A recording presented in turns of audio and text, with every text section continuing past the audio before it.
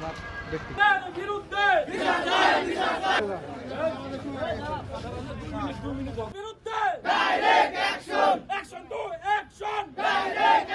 একজন হাই স্কুলের সাবেক সভাপতি, এই অ্যাডহক কমিটির সাবেক সভাপতি ছিলাম।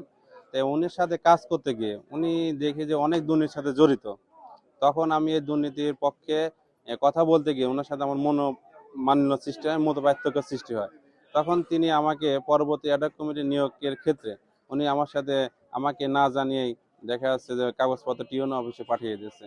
এবং এটা আমরা আমাদের থানা আহ্বায়ক জনাব আতাউর রহমান রানা উনি আমার পক্ষে সুপারিশ করছে এবং আমার কাগজপত্র উনি ভারপ্রাপ্ত প্রধান শিক্ষকের হাতে জমা দিয়েছে।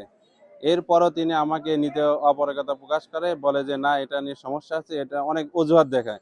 আমি জানলাম যে আমার মেয়ে বা আমাদের মেয়ের মতো আরো তাদের ছাত্রছাত্রীদের নিয়ে একটা মানববন্ধন হয়েছে, কিন্তু কি বিষয়ে মানববন্ধন হয়েছে আমার মেয়েকে অবগত করাই নাই। আমার মেয়ে জানেও না, বা আমার মেয়ের সাথে যারা করছে তারাও এই বিষয়ে জানে না।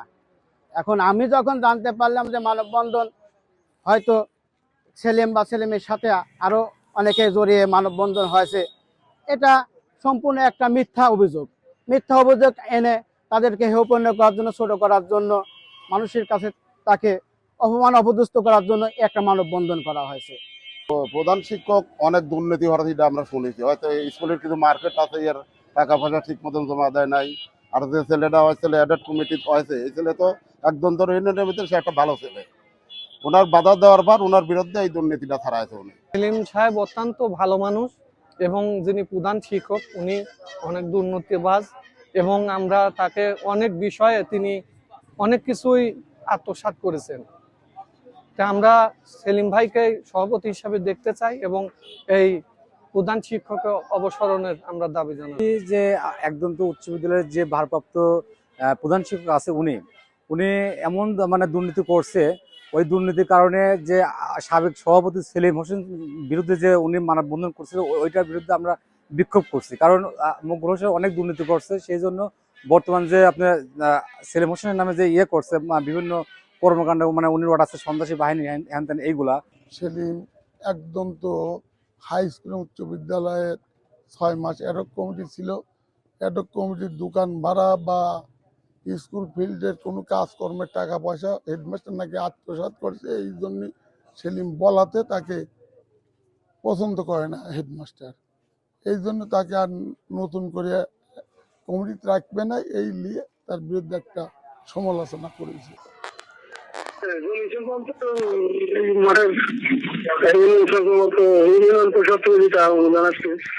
এটা আমার আগের যে সভাপতি ছিল, কমিটি ছিল, ওনারা এটা করে গেছে। এই বিষয়টা তো আমার আগে, আমি তো আসি পরে। আর এটা এর আগে একবার আমাকে অভিযোগ করছে, আমার করছে হয়রানি করার জন্য, শুধু ষড়যন্ত্রমূলক এটা।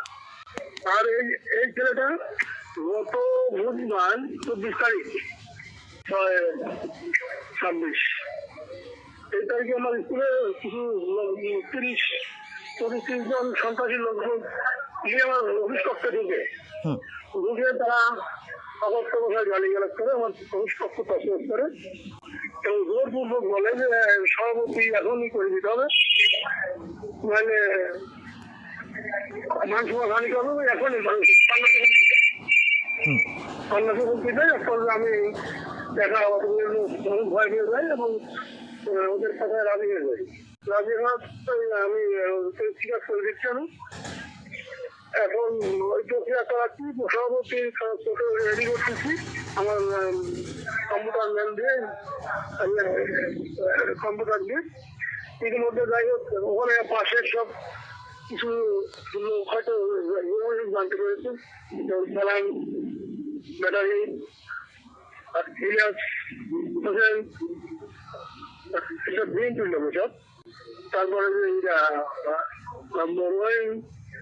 তারপরে ওই যে ইউসুফ মেম্বার, হাসান মেম্বার, আর এরা সব আসে আমাকে উদ্ধার করে আমার বর্তমান পার করে যায়। এটা সম্পূর্ণ মিথ্যা ভালো হচ্ছে, আর এটা সম্পূর্ণ আমাকে প্রতিপন্ন করার জন্য এটা করা হয়েছে করে, এটা সত্যতা নেই, সম্পূর্ণ মিথ্যা।